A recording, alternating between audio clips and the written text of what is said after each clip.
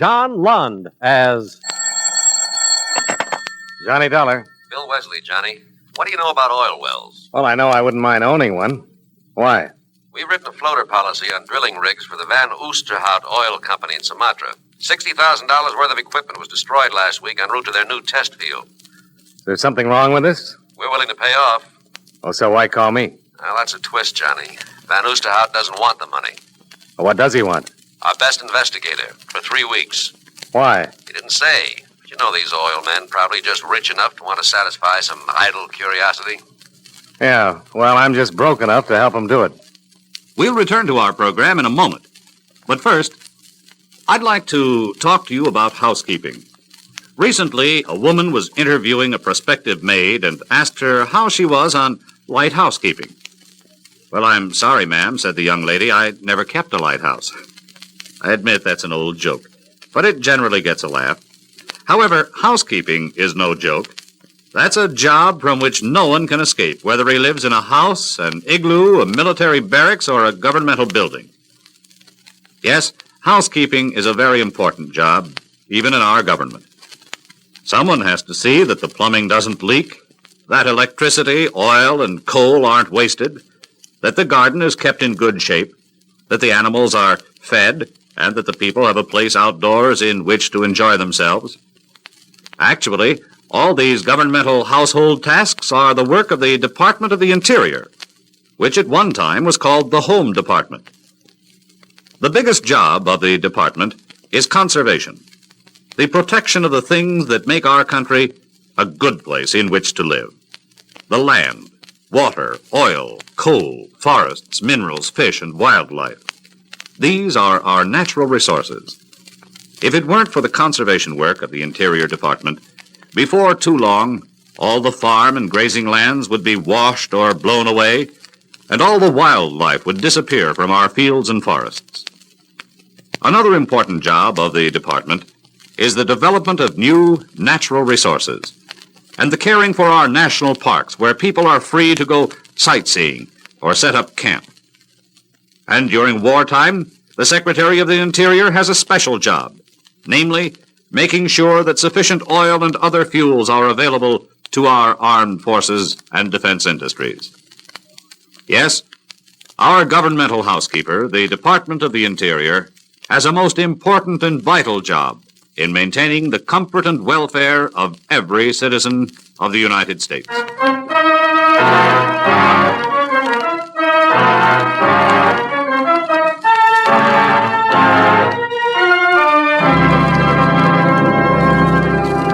Expense account submitted by Special Investigator Johnny Dollar to Home Office, Eastern Indemnity and Insurance Company, Hartford, Connecticut.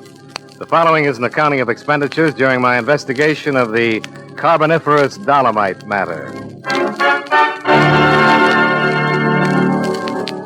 Expense account item 1, $1,013.40. Airfare and incidentals between Hartford and Medan, Sumatra. Expense account item 2, $1.50, cab fare to the offices of the Van Oosterhout Oil Company. The roughly timbered shack with corrugated tin roof didn't spell rich oil man to me, nor did Peter Van Oosterhout himself. No doubt you are wondering why I proposed such a strange agreement with your company, Mynheer Dollar. Well, that question had occurred to me, yes. So, I will explain then. It's not because I am a rich man, but because I am a gambler. You're gambling $60,000 against what? An oil well, Mynheer Dollar. And I need your help to keep the game honest. Well, what kind of a game do you want to deal me in? My rigging equipment was being transported by truck to my test well north of Achin. It was buried beyond recovery by a landslide, one which I believe was caused by a deliberate nitroglycerin explosion. The game sounds rough. It is not the first thing that has happened. Drill heads have been dropped into the bore, drilling shafts sawed and then welded so they would snap under pressure. The list is endless. And you think your operations are being deliberately fouled up? There is not the slightest doubt in my mind. Any idea why? No, Mynheer Dollar, I have not. What about the local authorities? Have you talked to them? I have. They have sent a man to the well to investigate. Well, then why send for me? Because I suspect the government man is also working against me. I see. You said you wanted me here for 3 weeks. Why the time limitation? My drilling permit from the government expires then. They do not renew. So you're willing to bet $60,000 on my ability to keep your well going for 3 weeks. Hoping you'll strike oil in that time. I am. Will you work with me, Mynheer Dollar? Why not? It's your gamble.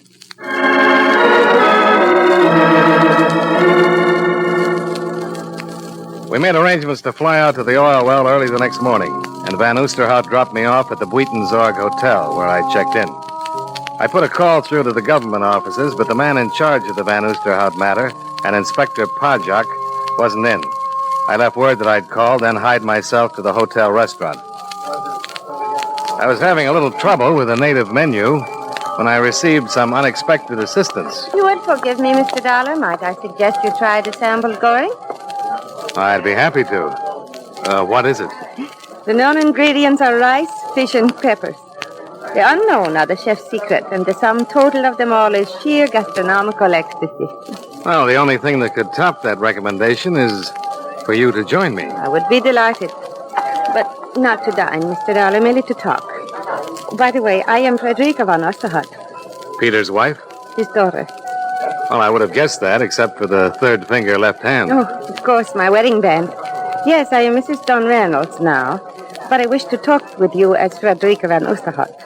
Oh, why is that? Because I want you to persuade my father to change his mind and accept insurance money. You don't approve of his gamble? There is no gamble, Mr. Dollar. He's bound to lose everything. There's no oil there. What makes you so sure? My husband is an oil engineer. He has gone over my father's leases in every possible way.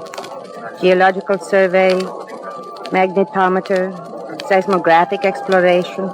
In every instance, the results have been negative. And what does your father base his opinion on? Wishes, hunches, gambles, Mr. Dollar. He's like a madman about this thing. All reason, all logic have been tossed to the winds. Well, then why is somebody trying to sabotage the well? There are always accidents attendant on any oil drilling project, Mr. Dollar. My father's have been brought about perhaps by the old equipment he's using. But they are accidents, nevertheless. There's not one shred of proof of anything else. You make out a pretty strong case for yourself. Then you will do as I ask. Try to persuade him. No, I'm afraid not. But you just said. Your father's got a stronger case. Yes, of course. The $60,000 your company will save if he relinquishes his claim. Well, can you think of a better one? To me, a man's life is worth more than $60,000. Now you've lost me. My father has a weak heart. Oh. If I am right and the well proves dry, I'm afraid the shock will kill him. And what if he's right? Accidents can happen to more than machinery. A life could still be lost. Like mine, maybe?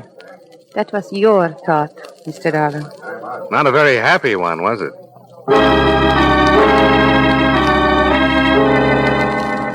Just for the record, I did take Frederica's advice on one thing, the sambal goreng. And she was right about that, at least. It was delicious.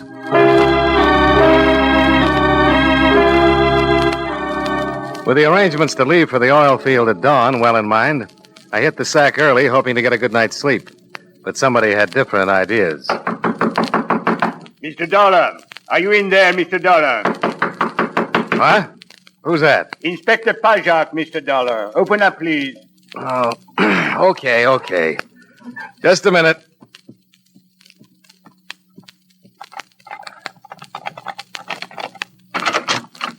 Now, what's all this about, Inspector? I'm sorry to disturb your rest this way, Mr. Dollar. It was necessary, however, that I ask you a few questions. At 2 a.m? You possess a firearm, Mr. Dollar? Well, you should know. I registered it when I came into the country. May I see it, please? Yeah, sure. Here it is. Thank you. Satisfied? That the magazine is full, that the gun is clean, I am satisfied of that, yes. Well, that's something. Now, suppose you tell me what this is all about. You paid a visit to the offices of Peter Van Oosterhout earlier this evening, Mr. Dollar. That's right. You also called my office to inquire about the Van Oosterhout Oil Company and the test well that is being drilled north of Achin. Yeah. What was the caliber of the gun that killed Van Oosterhout, Inspector? We believe it to be a .38 caliber, Mr. Dollar. The same as yours. But how did you know he was dead? Well, out of respect to those present, let's call it intuition, shall we?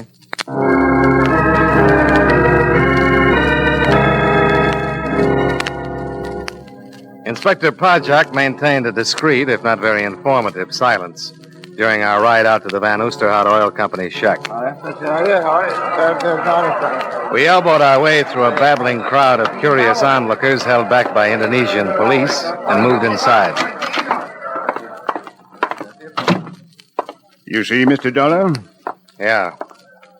Any idea of when it happened? I thought perhaps you could give us that information.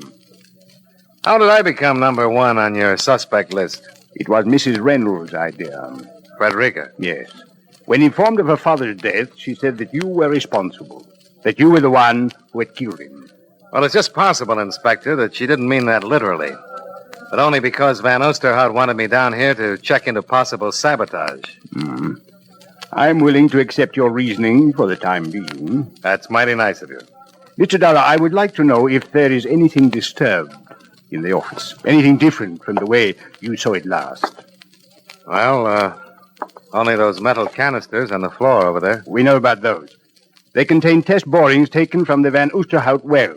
They were flown in this evening by Mr. Don Reynolds. Van Oosterhout's son-in-law? Yes. He brought them here to the office. That is how he discovered the body.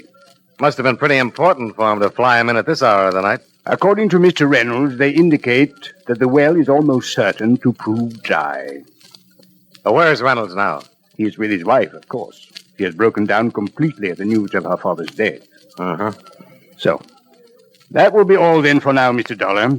I regret you have had your long journey to Sumatra for nothing. What makes you think so? Well, those test borings prove that Van Oosterhout was possessed of a delusion. With his death, any reason for pursuing it is obviously over. Well, there's something else that's not quite as obvious, Inspector. And what is that, Mr. Dollar? Why he was murdered.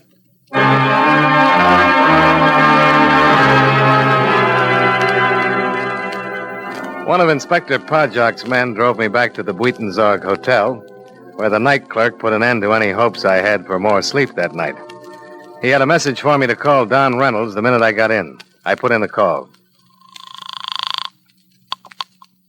Hello? This is Johnny Dollar. Oh, yes, Dollar. Glad you called. You going to be at your hotel for a little while? Well, that depends. On what? On what you want to come over here to talk to me about. Suppose it's to tell you who killed Van Oosterhout. But why? I'll be here.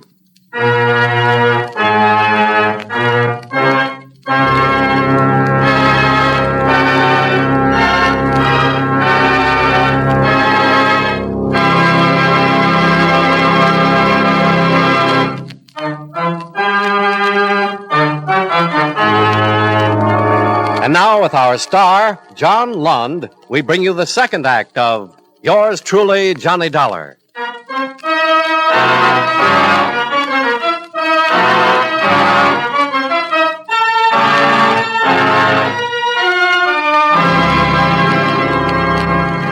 It took Don Reynolds exactly 7 minutes by the clock to get up to my hotel room after his phone call. He wasted as little time getting directly to the point. I'm pretty sure I know who killed Van Oosterhout, Dollar, and why. But it's going to take a lot of doing to prove it. Oh, why come to me instead of Inspector Pajak? Well, I'm not interested in having an official whitewash of murder. Doesn't sound as though you have a very high opinion of our friend, the inspector. Let's just say I don't want to take any chances on possible official collusion. Well, what have you got? Ever hear of Sunga Tabaran? No. Should I have? He's a wildcatter like Van Oosterhout was. 2 years ago, they tangled over some oil leases. When the courts decided in Van Oosterhout's favor, Tabaran swore he'd been cheated, that he'd get even. Well, if he meant it, he waited a long time to make good. He went to Java on business about then, came back here just about the time Van Oosterhout began to suspect someone was trying to sabotage his well. That's pretty circumstantial, Mr. Reynolds. There's nothing circumstantial about the fact that Tabaran's the oil expert Inspector Pajak sent out to the well to check on Van Oosterhout's story. Oh, so that's the reason for your official collusion crack. Yes, it is. And there's nothing circumstantial about the fistfight the two of them had a couple of days ago when Van Oosterhout openly accused Tabaran and told him you were coming out to check up on things. Ah, that sounds interesting. I can top it for you, Dollar. With what? Tabaran's here in Medan. He flew in from the well late yesterday afternoon. I'd say he arrived approximately 2 hours before Van Oosterhout was killed. What do you think now? Might pay to have a little talk with him. At this point in our program, I'd like to give you something to think about. Probably one of the most quoted Americans in our nation's history is Benjamin Franklin. It was Franklin who said, "Early to bed, early to rise makes a man healthy, wealthy, and wise." And never leave that till tomorrow, which you can do today. And, of course, the Lord helps them that help themselves. But probably one of his most familiar quotations is, "There are only two things in life of which we may be certain: death and taxes." Of course, what bothers most of our taxpayers is that death and taxes don't come in that order. But seriously, one of the biggest jobs handled by the Secretary of the Treasury is the collection of taxes, our government's main source of income. The government raises money through the Bureau of Internal Revenue, which collects income taxes, excise taxes, amusement taxes, and other federal taxes. The Bureau also checks to see that you haven't paid too little and, believe it or not, that you haven't paid too much. Another way the government raises money is through the Bureau of Customs, which levies taxes on imports which are sent here from foreign countries. But although the Treasury Department collects the money, it is Congress, the men we send to Washington, who actually says who will pay taxes and how much. And that's one thing from which none of us can escape.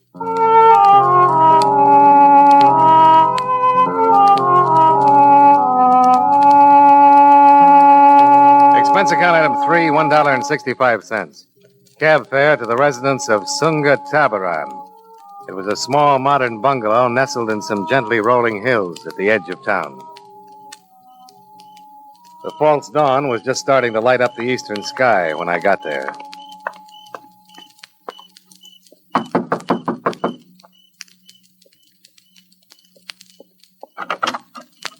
Yes, Are you Sunga Tabaran? that is correct. My name is Dollar. I'm an insurance investigator. I'd like to talk with you. This is hardly the hour at which one makes either social or business calls, Mr. Dollar. Well, murder isn't very particular about the hours it keeps. If you will, please come in. Thanks. I notice you're up and dressed, Mr. Tabaran, in spite of the early hour. You said you had come here to speak about murder, Mr. Dollar. I understand that you and Van Oosterhout had some pretty violent disagreements in the past. Unfortunately, that happens to be true. Does Inspector Projak know about that? I have no secrets from my superior. Does he also know that you flew into Medan yesterday afternoon? My dear Mr. Dollar, you realize as well as I that these questions are quite pointless. Even if I did possess any guilty knowledge concerning Van Oosterhout's death, you could not hope to learn it this way. Well, maybe I'm just not bright. I'm afraid I cannot accept that. Thank you. No, you came here to talk with me, to look around, to try to judge, to measure, hoping perhaps I would make some slip, unconsciously reveal some information which might be useful to you. Yeah, that sounds like a reasonable supposition. It is regrettable, then, that I must disappoint you. There will be no slips, no unconscious revelations. I'm sorry. Oh, that's okay, Mr. Tabaran. You haven't hurt my feelings. Oh, by the way, extend my condolences to Frederica, will you? And tell her I'm glad she's getting over her bereavement so well. I'm afraid I do not know to what you are referring, Mr. Dollar. I said nothing about Mrs. Reynolds. You didn't have to. You just forgot to remove her handbag from that table.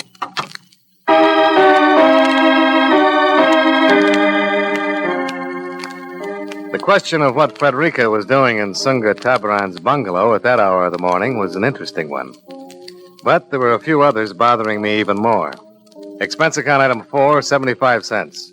Precarious transportation aboard a bicycle rickshaw to the deserted offices of Van Oosterhout's Oil Company. Expense account item 5, $1, similar transportation back to my hotel, where a visitor was waiting for me in the otherwise empty lobby. One moment, please, Mr. Dollar. Oh, hi, Inspector. Something on your mind? I wish you to stop interfering in affairs which are no concern of yours, but only of the police. Well, it didn't take Tabaran long to call you after I left, did it? Sunga Tabaran is one of my most trusted men.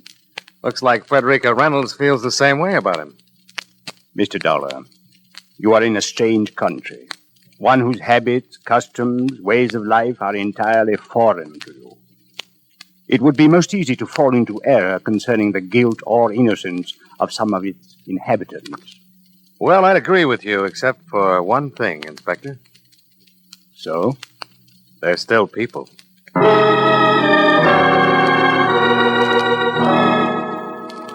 A tepid shower and a similar breakfast occupied my time until the town of Medan awoke to the new day.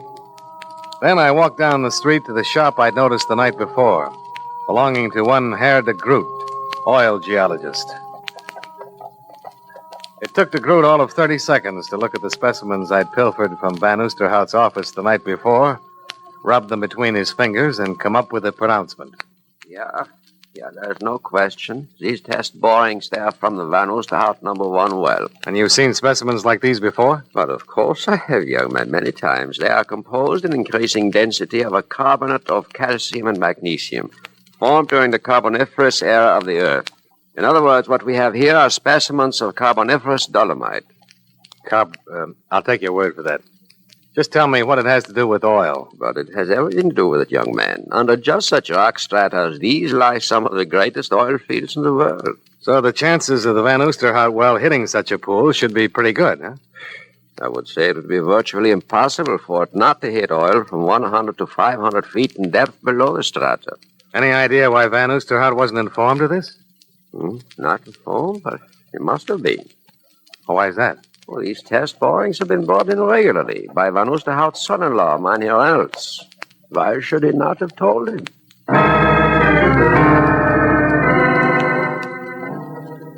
De Groot added another good question to my list. So I called Reynolds to find out, but there wasn't any answer. I got the same result with a call to Sunga Tabaran. But I had better luck with the dispatcher's office at the airport.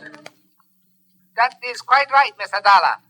Mr. Taban filed a flight plan for the Van Oosterhout well and took off approximately an hour ago. What about passengers? One passenger is listed. A Mrs. Frederica Reynolds. No, Mr. Reynolds? Oh, he took off for the well property also, Mr. Dollar, in a company plane. He was given runway clearance not 5 minutes ago. One more thing. Do you happen to know what time Reynolds came in last night? Well, which of Mr. Reynolds' flights do you mean, Mr. Dollar? There was more than one? Oh, yes, 2. The first time he arrived here shortly after dark. I can look up the exact time for you if you wish. No, that won't be necessary.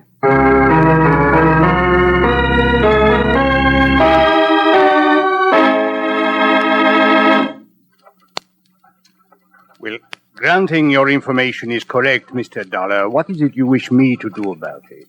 Now, look, Inspector. It's about time you stop being coy. You must have some or all of this information. And if I have? Then you know it adds up to 1 murder and maybe 2 more. I do not understand, Mr. Dollar. Reynolds knew from those secret test borings that Van Oosterhout was going to hit oil. That would seem most logical, yes. So if he could stop the well for 3 more weeks, the drilling permit would run out. Van Oosterhout would be through, and Reynolds could file for one of his own and bring in the well himself. Then you are accusing Mr. Reynolds of deliberately withholding information from his father-in-law, of sabotaging his drilling operation. And of killing Van Oosterhout. But why should he have done that? Well, somehow the old man must have learned the truth from those test borings we found in the office. If what you say is true, Mr. Dollar, we shall secure the proof we need in good time. Why did Tabaran and Frederica leave for the well? The death of her father brought some suspicions to Mrs. Reynolds' mind. She went to discuss them with Tabaran. Perhaps there is some proof out there at the well, and they intend to bring it back. Reynolds took off for the well 10 minutes ago, Inspector. What happens if there's another accident, and Frederica and Tabaran never get back? A plane will be ready at the airport by the time we get there, Mr. Dollar.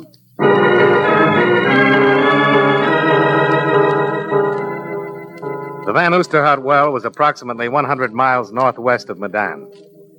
When we set down, both the company plane and Tabaran's were on the landing strip. The drilling rig was motionless, surrounded by high mounds of pumped-out mud. The entire area looked deserted. It is impossible they could not have heard us arrive. Where is the rigging crew? Mr. and Mrs. Reynolds and Tabaran. Well, there are not many places they could be. Bunkhouse, construction shack, powder house. Perhaps we had better try the office first. You know, it is quite possible that...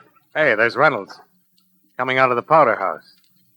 He's got a nitro tube in his hand. Nitro? But what would he be doing with nitroglycerin? Maybe we better find out. Reynolds! Hi there, Dollar. Inspector Pajak? Yeah, you're just in time to see the fireworks. Are you going to shoot the well? Yeah, that's right. Drill struck a layer of igneous granite, broke off in the shaft. I'm going to drop this down and try to blast it loose. Oh, where's the rigging crew? Back in the jungle. Had to get them out of the possible blast area. Never can tell about these things. What about Mrs. Reynolds and Tabaran? Oh, they went along with them. The two of you better get back there, too. Oh, this mud sample will protect us. Well, maybe so, but sometimes these things pack an awful wallop. This one's not going to, Reynolds. What do you mean? Put down that nitro and come over here with your hands up.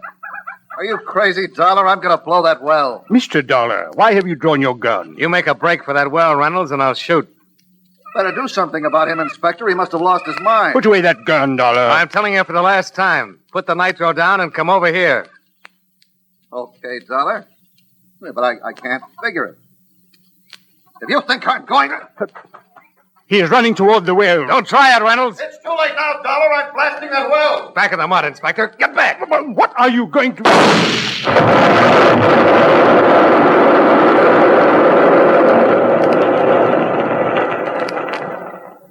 Dollar, your shot, it exploded the nitro. Yeah. I guess it did at that, Inspector. But Reynolds, it was the same as committing murder. Now, let's say I prevented a couple, Inspector. Prevented? If Reynolds had blown the well with that charge, it would have destroyed the rigging. And that tool shack under it. But what if it had? Neither Mrs. Reynolds nor Tabaran is anywhere around. You better take a look at the door sill of that shack. The door sill of the... Mr. Dollar. Yeah. That blonde head lying inside there isn't Carboniferous Dolomite.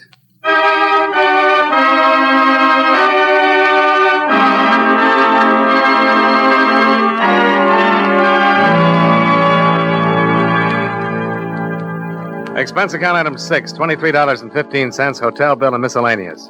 Expense account item 7, $1,032.60, airfare and incidentals back to Hartford. Expense account total, $2,074.05. Remarks: the trip home didn't seem half as long as the walk we made to the tool shack to see if Frederica and Tabaran were still alive. As it turned out, they were. If they hadn't been, well, I guess I just wasn't cut out to be a gambling man. Yours truly, Johnny Dollar.